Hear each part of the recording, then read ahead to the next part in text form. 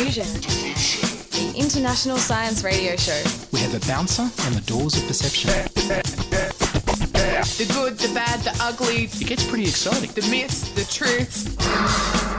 Toxicology. Astroseismology. Magnetism. The dark side. Genetically engineered potatoes. Planetoid. I love that word.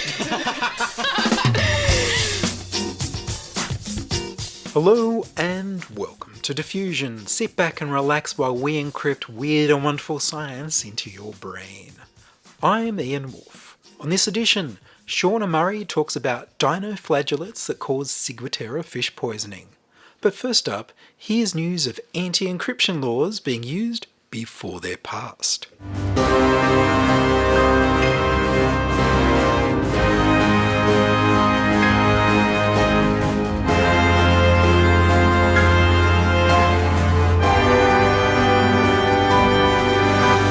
No encryption allowed. Unarmed people talking to each other about how they're unhappy about climate change and the environment have been arrested on a remote property and given bail conditions that are impossible to obey. They're being charged under new New South Wales government anti-protest laws, despite the fact they were not protesting.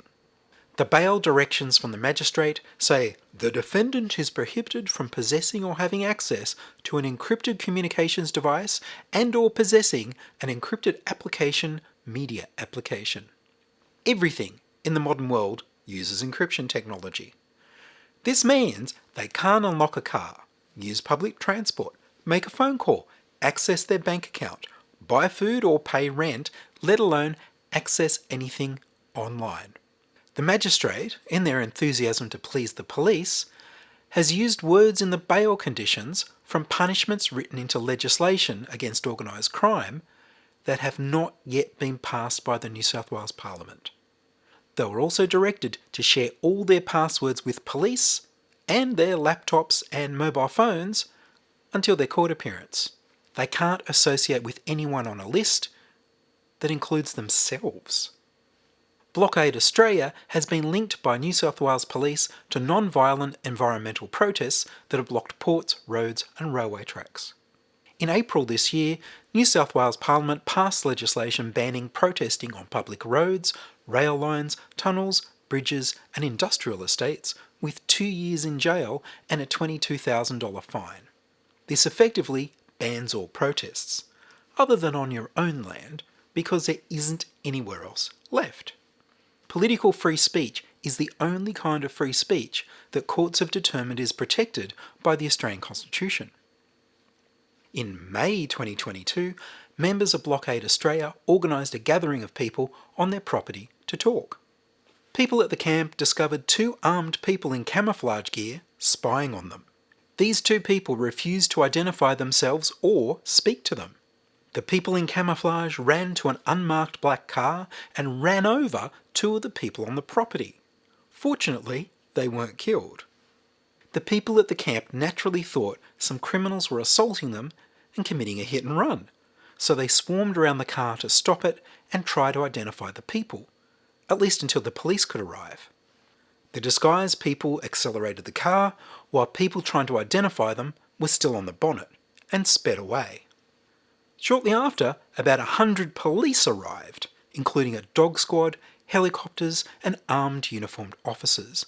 They arrested everybody. New South Wales Police claimed they arrested people both for attacking police officers and to prevent future protests. This is pre-crime at its worst. 40 people were arrested in the raid, only 7 were charged. 4 of those charged face 10 years in jail if they're convicted. Those 4 people are charged with alleged intimidation, assault of a police officer, and affray for climbing on the car to identify the disguised police. They spent 3 weeks in jail before being bailed. One man was pulled off the street in Sydney in June for allegedly blocking roads and obstructing traffic for supporting a protest from a car park. Until his trial, he's barred from being in New South Wales despite the fact that his residence is in New South Wales and the trial is in New South Wales. He could be arrested for just staying home, so after a police visit, he was forced to move interstate. while waiting for his trial. Another person was pulled in by police after he clicked a thumbs up to a Facebook comment shared by friends. The whole point of bail conditions are to make sure you show up to your trial and you don't commit an offence while waiting for trial. If you can't open your car door, can't call someone else to drive you, can't get an Uber or taxi, can't use a bus or train, can't get cash from a bank, can't pay for rent or food, and can't use the internet, all of which use encryption, then you can't appear in court. These laws should never have been passed.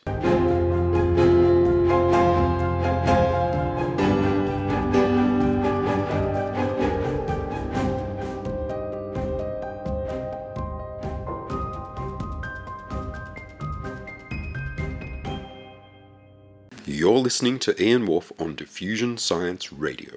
Send emails to science@diffusionradio.com. We're brought to you across Australia on the Community Radio Network and podcast over the internet on www.diffusionradio.com. Ciguatera is on the move. How safe is your seafood? Shauna Murray is a marine biologist at the University of Technology, Sydney, where she's a professor in the Faculty of Science. She researches microalgae that produce toxins that are eaten by fish and could end up on your dinner plate, giving you an illness like Ciguatera fish poisoning. The toxins don't hurt the fish or the fish that eat the fish, only fish-eating mammals like us. I contracted Ciguatera from eating seafood on a pizza in Sydney, so I have a personal interest. Shauna's work includes identifying where the poison-producing microorganisms are growing so that fishers can be warned not to take any seafood from those areas and prevent the spread of the illness. We spoke by Zoom, and I began by asking her, what is a dinoflagellate? A dinoflagellate is a small single-celled phytoplankton that is really common in the world's oceans. And they generally have two flagella, so hence the name. They have a transverse flagellum, which goes around the cell, and a longitudinal flagellum, which is what propels them through the water column. They are extremely abundant, so they can be up to sort of 20-30% of the phytoplankton biomass in the ocean at various times, and they can proliferate in huge abundances, and that's something that is called a harmful algal bloom when that occurs. When certain species of dinoflagellate occur in large abundance, ones that produce toxins, which are harmful to humans or to the marine ecosystem. But I should probably stress that they are naturally occurring toxins. So this is something that occurs in nature. The nature of the toxins that we're talking about are a kind of similarity would be a plant toxin that's there to deter a herbivore that might come along and munch up the plant. In the same way that plants produce these kinds of compounds, like, for example, capsaicin, which is produced in the chili plant and the capsicum plant and things like that to deter fungal species or herbivores or other predators. In the same way that happens, phytoplankton in the world's oceans, like dinoflagellates, can produce some kinds of toxins that are meant to stop them being eaten. And it's only an unfortunate side effect that when they're there in very, very high abundances, they can also be harmful to other marine life and even to humans if they accumulate in seafood. So they're not exactly algae, like microalgae is sometimes how you see them described online, but they're a separate thing altogether, aren't they? Well, algae, it turns out that algae is actually a grab bag term. So people think of algae as a kind of real group of very similar organisms that are all much more similar to each other than they are to any other organism, but actually algae is just a term for the sort of leftover organisms on the tree of life that nobody knew where else to put. So yes, some dinoflagellates have chloroplasts, and they can photosynthesize and they can contribute to the oxygen in our atmosphere. That certainly happens. And some people call any organism that photosynthesizes in the ocean algae. And you could call them that. And other people call them flagellates. because they swim around, and not all species have chloroplasts. So some of them actually eat bacteria or eat other phytoplankton in the ocean. So it's really just a term, and you can use one or the other. They're interchangeable. Right. Because otherwise it gets confusing. But I suppose that's like fish is one of those terms that it's a catch-all rather than one specific type of organism. Well, you mean in the sense that shellfish... It's one of those things I saw in a biology course somewhere that there was no such thing as a fish, that there's lots of things that look similar and have similar habitats, but they're not that closely related to each other, even though they all look like fish to us. And shellfish and fish. Yes. They're all things that swim around in the ocean. Some people call them fish, but no. Yes, it's the same thing. That's right. So we look at something based on its function. So we see something in the ocean with chloroplasts and, oh, it must be algae. But we don't actually know from that whether or not those organisms are very closely related to each other or not. That's right. Right. And these toxins, how do they get into our food supply? So shellfish in particular are filter feeders. So anything that's in the water column will end up in the shellfish. And then other things can come along and eat shellfish. So that way is a fairly clear kind of clear-cut route. With the Ciguatera toxins, it's a slightly different route. So these are toxins produced by generally by a genus of dinoflagellates called Gambidiscus. And they are often epiphytic on the surface of macroalgae. And then what happens is that herbivorous fish can come along and chew on the macroalgae or on some coral rubble and take up the toxins that way.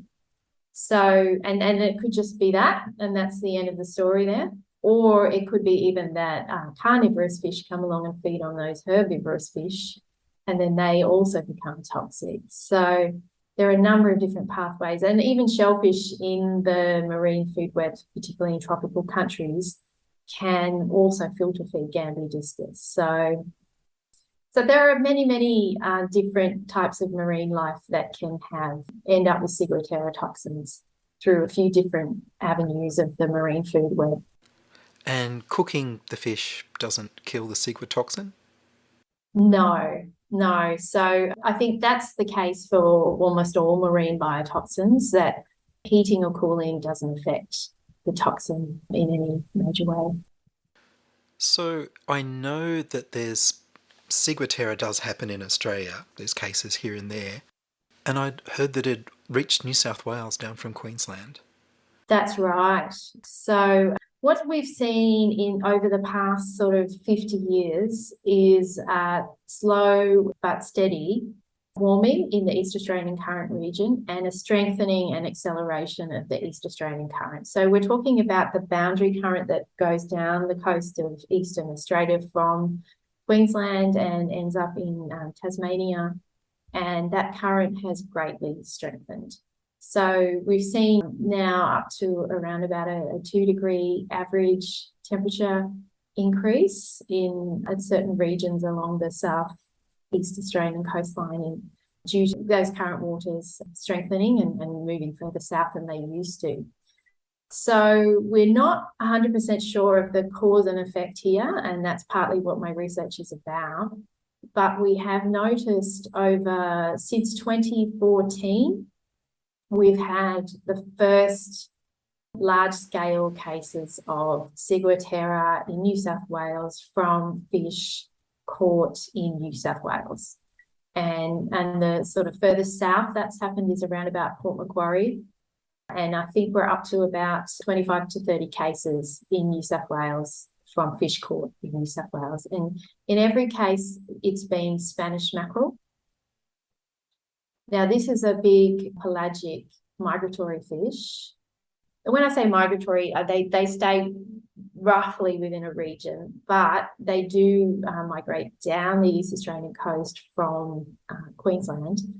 And so you could hypothesize from that they're picking up their toxins further north somewhere, and now we're catching them further south because of what's happened to the East Australian current, which would be in line with the tropicalisation of southern eastern Australia because of those changes to the East Australian current. So it could be that reason. There could also be an effect from just in general from the warming, which is that we could see more Gambia more toxic Gambia growing further south. And that could be another reason, and they're picking up more toxin at locations further south. And another possible reason is some of those cyclones that we've seen in Queensland over the last 10 years. Each time there's a cyclone, you get some destruction of reef habitat. And then often when reef habitat's destroyed, it gets replaced in the first instance with macroalgae. And then you've got more habitat for Gambia discus because that's what it grows on, macroalgae. And we have seen in other countries, like particularly in the Cook Islands, that they have quite a good correlation between reef destruction due to cyclones followed by Ciguatera outbreaks. So there could be a number of potential causes, but yes, we have seen a real increase in more southern states in Australia of Ciguatera. Are we able to detect Ciguatera in the waters or in the fish? Yes, in the fish we can. So this detection is done via a process called liquid chromatography mass spectrometry, or LCMS. And to do that, we take a sample of the fish and then we extract the fish tissue and we measure the toxins in an LCMS instrument. So it's very effective. The downsides to it are that it's very time consuming and expensive because of that, the expensive equipment and the amount of time just to do a simple extraction of the tissue, because what we're trying to do is detect a very complex molecule that might be present in fish tissue at extremely low amounts and still be extremely toxic. So it's not an easy ask. And the other problem there is that we need the right chemical standards to compare our sample against, and they're not readily available. They are available now. They're starting to become available, but they're still extremely expensive and hard to come by. So for all those reasons, it can be done. And if there is a case that's reported in New South Wales to the food safety authorities, it will be followed up on. And if they can get a sample of the fish tissue, they will test it. So I'm definitely going to say if anybody suspects they may have had it and has remainders of the fish that they've eaten, it's always worthwhile saving that because it can be confirmed. But again, it's not a routine method that can easily be done on every single fish as a way to provide some kind of early warning. That would be prohibitively expensive, unfortunately. So I guess the authorities put a weight limit on fish like Spanish mackerel to try and keep people safe. Well, that's right. So we've got to rely on other types of mechanisms to keep people safe. For example, deciding that fish from certain regions can't be sold because there's too high a risk, or certain fish species can't be sold because there's too high a risk, or fish over a certain size. There's a number of different options that can be done to try to limit the public health risk. So if people, they become ill after eating fish and they suspect it's a toxin like ciguatoxin, they can report that and maybe the fish will be able to get tested. Do we have any way of treating them at the moment?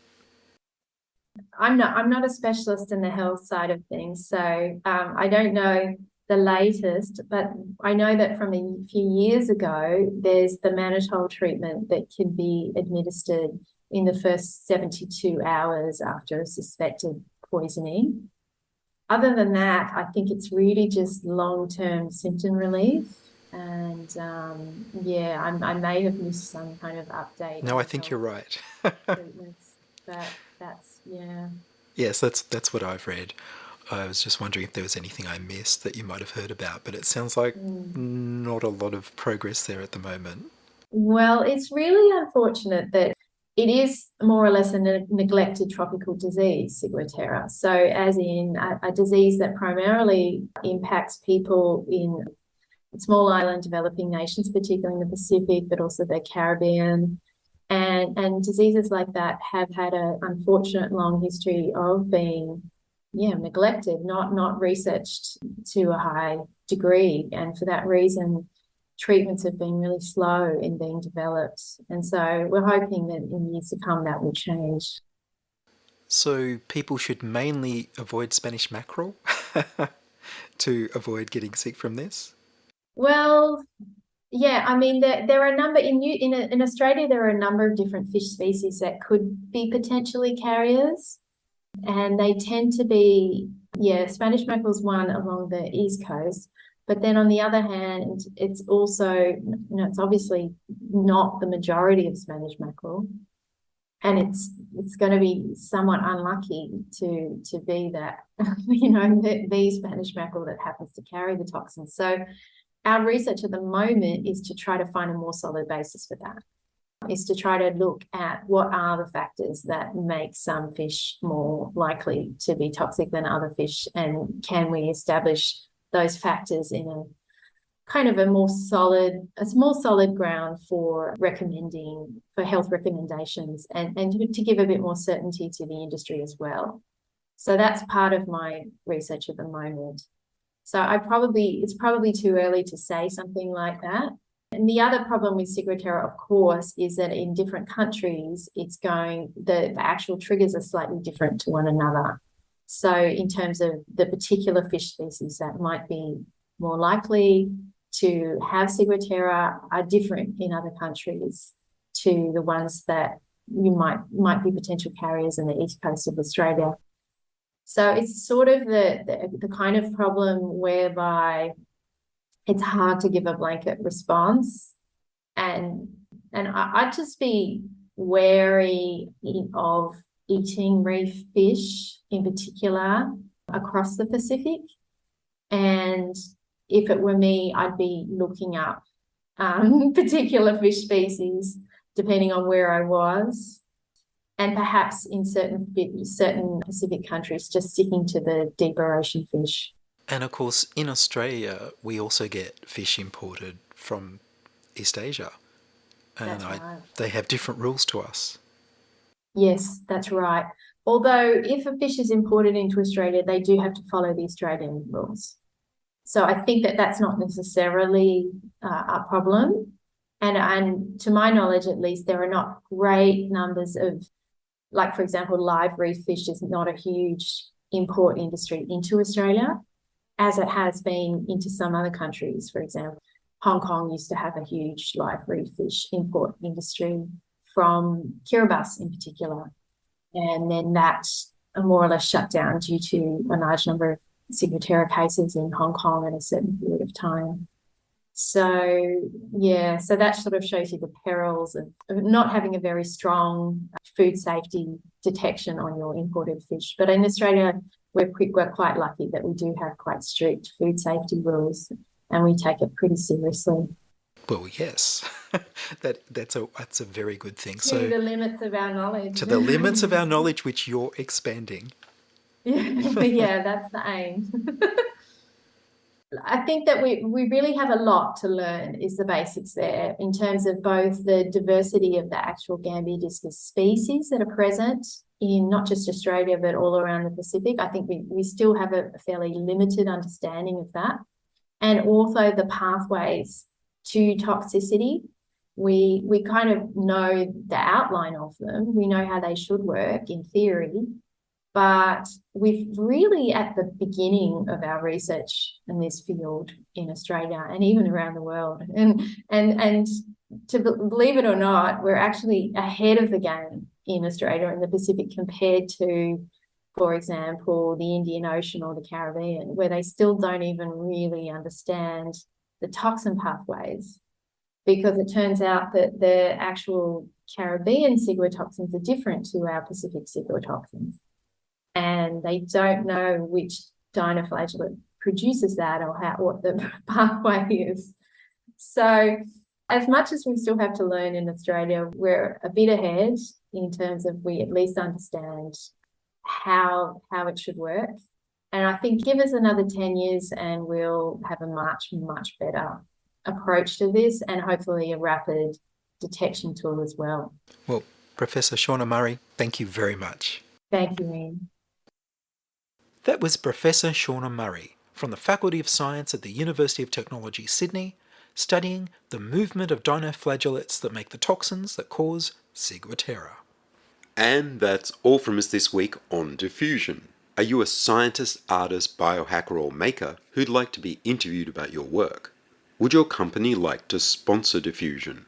Send your contributions, opinions, helpful suggestions and donations to science@diffusionradio.com. That's science@diffusionradio.com.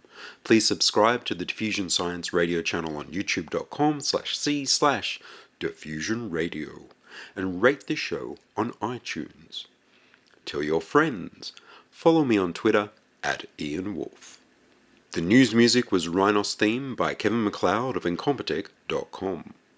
I produce Diffusion, which is broadcast around Australia to 28 stations on the Community Radio Network, including Radio Blue Mountains 89.1 FM in New South Wales, 8CCC in Alice Springs and Tennant Creek, 2MVR in Nambucca Valley, 3MVR in the Mallee Border districts of Victoria and South Australia, City Park Radio 7LTN in Launceston, Tasmania, and 2XXFM in Canberra.